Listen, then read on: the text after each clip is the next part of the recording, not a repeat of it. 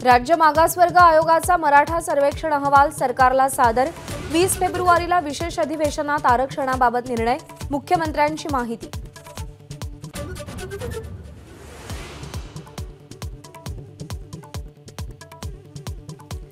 आरक्षणासाठी सरकार सकारात्मक असताना मनोज जरांगेंनी आंदोलन करायला नको होतं। मुख्यमंत्र्यांचं वक्तव्य। आंदोलन मागे घेण्याचंही आवाहन।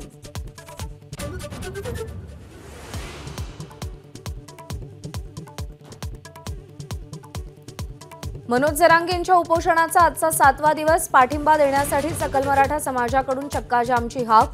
नांदेड, हिंगोली, परभणीमध्ये आंदोलन होणार। इम्तियाज जलील उत्तर मुंबईतून निवडणूक लढण्याची शक्यता। असदुद्दीन ओवैसींकडे इम्तियाज जलील यांनी इच्छा व्यक्त केली।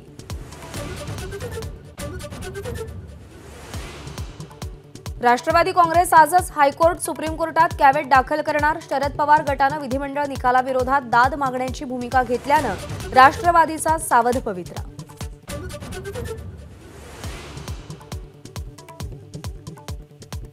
जागतिक दर्जाची पर्यटन स्थळं दहशतवाद्यांच्या निशाण्यावर। एनआयएच्या कारवाईनंतर खळबळजनक माहिती। संभाजीनगरमधील इसिसच्या संपर्कातील संशयित तरुणाला बेड्या।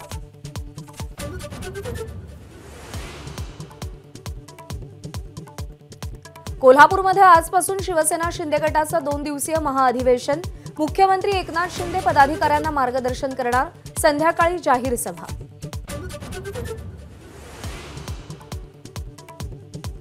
दिल्लीतल्या अलीपूरमध्ये केमिकल गोदामांना भीषण आग। आगीमध्ये होरपळून 11 जणांचा मृत्यू, 4 जण जखमी। आगीचं कारण अद्यापही अस्पष्ट।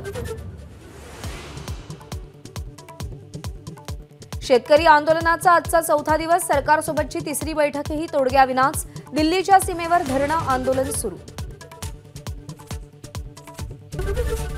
एबीपी माझा, उघडा डोळे बघा नीट।